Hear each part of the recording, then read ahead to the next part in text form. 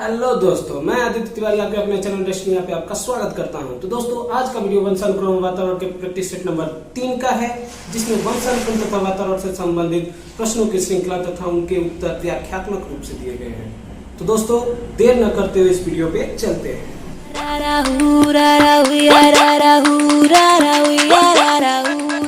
दोस्तों, वंशानुक्रम और वातावरण के प्रैक्टिस सेट नंबर 3 का पहला क्वेश्चन है कि मानव विकास को अध्ययन करने के लिए आनुवंशिक विधि का उपयोग किया जा सकता है। आपके ऑप्शन है ए लंबरूप, बी क्षैतिज, सी लंबरूप तथा क्षैतिज दोनों, या डी कोई नहीं। तो मानव विकास का अध्ययन करने के लिए आनुवंशिक विधि का उपयोग हमेशा लंबरूप तथा क्षैतिज दोनों में किया जाता है, अतः इसके ऑप्शन नंबर सी सही होगा। अगले क्वेश्चन पे चलते हैं। अगला क्वेश्चन है हमारा दूसरा नंबर क्वेश्चन है कि वातावरण को कौन सी सामाजिक संरचना माना जाता है। वातावरण को कौन सी सामाजिक संरचना माना जाता है।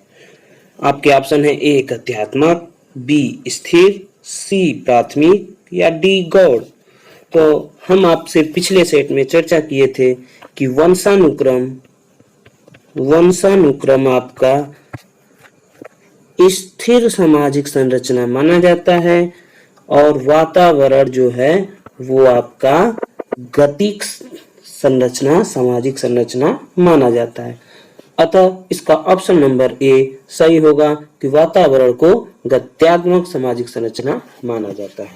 अगले क्वेश्चन पे चलते हैं। अगला क्वेश्चन है हमारे सामने तीसरा नंबर क्वेश्चन है कि मनुष्य की बुद्धि आगे की पीढ़ियों में संक्रमित होती है, और ये खाली स्थान दिया है। फिर कह रहा है का कार्य इस जनजाति योग्यता के विकास के लिए उपयुक्त परिस्थितियों का निर्माण करना है।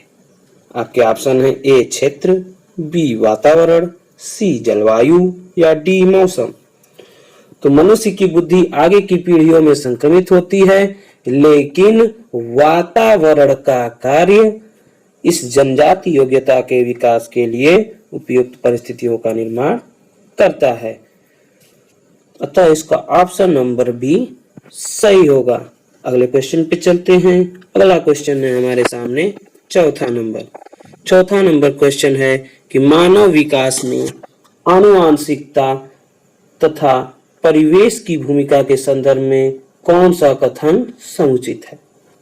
आपके ऑप्शन है ए व्यवहारवाद के सिद्धांत प्रायः मानवीय विकास में प्रकृति की भूमिका पर आधारित है, बी आपके ऑप्शन है भारत सरकार की विभेदात्मक क्षतिपूर्तता संबंधी नीति मानवीय विकास में प्रकृति की भूमिका पर आधारित है, सी है आपका परिवेश की भूमिका लगभग स्थिर सी रहती है जबकि आनुवंशिकता का प्रभाव परिवर्तित होता रहता है, और डी है विकास के विभिन्न क्षेत्रों में आनुवंशिकता एवं परिवेश का सापेक्षिक प्रभाव परिवर्तनशील है।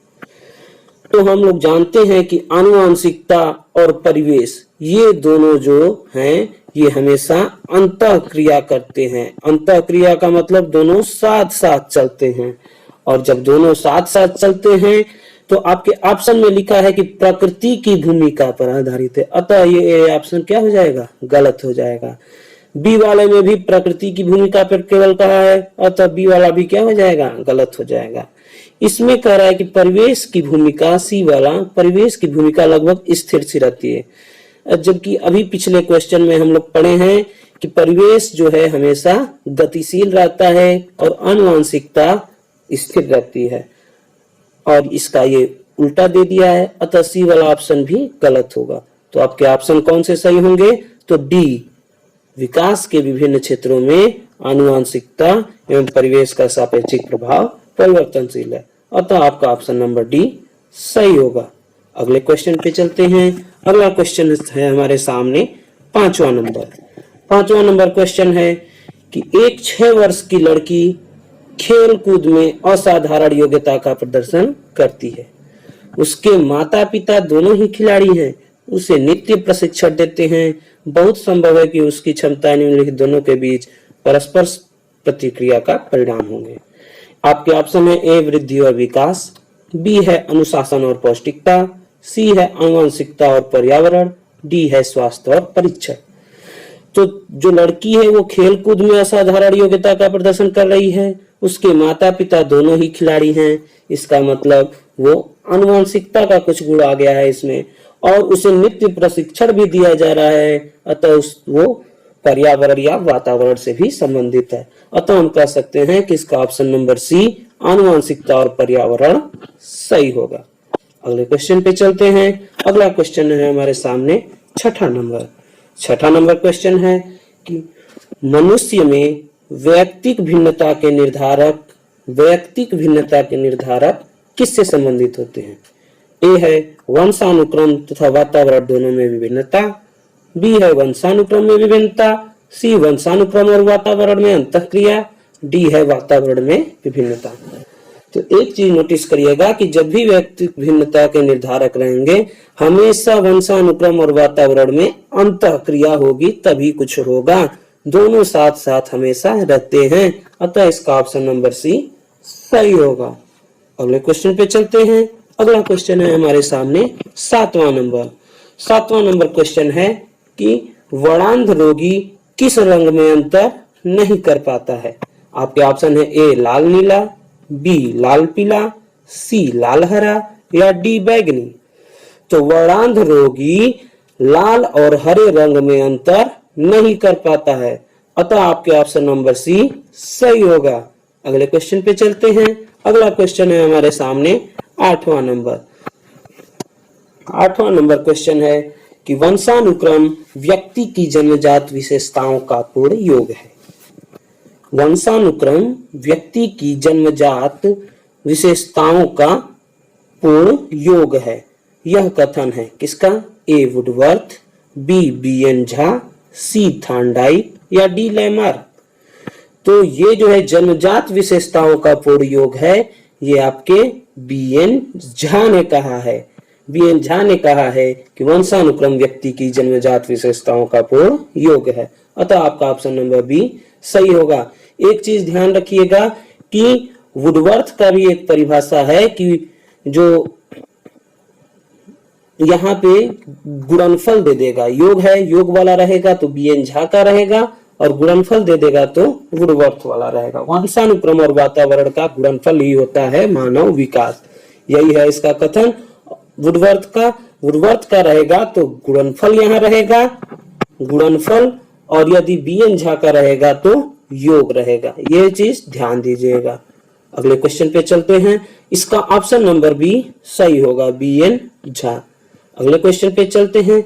अगला क्वेश्चन है हमारे सामने नौवां नंबर क्वेश्चन है कि पिता की शारीरिक एवं मानसिक विशेषताओं का संतानों में हस्तांतरण होना वंशानुक्रम है, यह कथन है किसका है? ए डगलस, बी ट्रेवर, सी जॉन डीवी या डी गाल्टन। तो पिता की शारीरिक व मानसिक विशेषताओं का संतान में हस्तांतरण होना वंशानुक्रम है, ये हमारे ड्रेवर ने कहा है। ड्रेवर मनोवैज्ञानिक ने कहा है कि पिता की शारीरिक एवं मानसिक विशेषताओं का संतानों में हस्तांतरण होना वंशानुक्रम है, अतः हमारा ऑप्शन नंबर बी सही होगा। अगले क्वेश्चन पे चलते हैं। अगला क्वेश्चन है हमारे सामने 10वां नंबर क्वेश्चन है कि प्रतिभाशाली माता पिता के संतान, ध्यान दीजिएगा, प्रतिभाशाली माता पिता के संतान कम प्रतिभाशाली, निम्न कोटि के माता पिता के संतान उच्च प्रतिभाशाली की प्रवृत्ति कौन से नियम द्वारा होती है? ए भिन्नता का नियम, बी चयनित गुणों का नियम, सी प्रत्यागमन का नियम या डी संयोग का नियम। तो जब भी जो है कोई माता पिता हैं और उनके बच्चे, यदि माता पिता प्रतिभाशाली हैं और उनके बच्चे कम प्रतिभाशाली हों, या यदि माता पिता कम प्रतिभाशाली हों और जो है बच्चे उच्च प्रतिभाशाली हों, तो ऐसा नियम प्रत्यागमन के नियम से होता है। किसके नियम से? प्रत्यागमन के नियम से, अतः आपका ऑप्शन नंबर सी सही होगा। अगले क्वेश्चन पे चलते हैं। अगला क्वेश्चन है हमारे सामने 11वां नंबर क्वेश्चन है कि विकासवादी सिद्धांत का समर्थक कौन था? विकासवादी सिद्धांत का समर्थक कौन था? ए मेंडल, बी गोल्डन, सी लैमार्क या डी स्किनर। तो विकासवादी सिद्धांत का समर्थक लैमार्क थे। लैमार्क विकासवादी सिद्धांत के समर्थक थे। एक और इसमें क्वेश्चन बनता है, पूछता है आपसे कि वंशानुगत सिद्धांत के समर्थक कौन थे। वंशानुगत सिद्धांत, जब वंशानुगत सिद्धांत कहे तो आपके मेंडल हो जाएंगे, वंशानुगत कहेगा तो मेंडल, और यदि विकासवादी सिद्धांत कहेगा तो लैमार्क हो जाएंगे। अतः हम कह सकते हैं कि विकासवादी सिद्धांत के समर्थक लैमार्क थे। अतः इसका ऑप्शन नंबर सी सही होगा। अगले क्वेश्चन पे चलते हैं। अगला क्वेश्चन है हमारे सामने 12वां नंबर। 12वां नंबर क्वेश्चन है कि जीव सांख्यिकी सिद्धांत का प्रतिपादन किस मनोवैज्ञानिक ने किया है। आपके ऑप्शन है ए लैमार्क, बी मेंडल, सी फ्रांसिस गाल्टन या डी स्टुअर्ट। तो जीव सांख्यिकी सिद्धांत का प्रतिपादन फ्रांसिस गाल्टन ने किया है। फ्रांसिस गाल्टन ने जीव सांख्यिकी सिद्धांत का प्रतिपादन किया है। अतः हम कह सकते हैं इसका ऑप्शन नंबर सी सही होगा। अगले क्वेश्चन पे चलते हैं। अगला क्वेश्चन है हमारे सामने 13वां नंबर।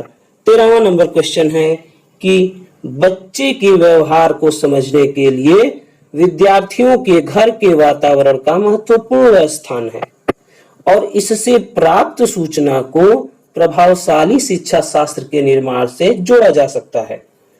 तो यह तथ्य अधिगम के किस सिद्धांत से संबंधित है।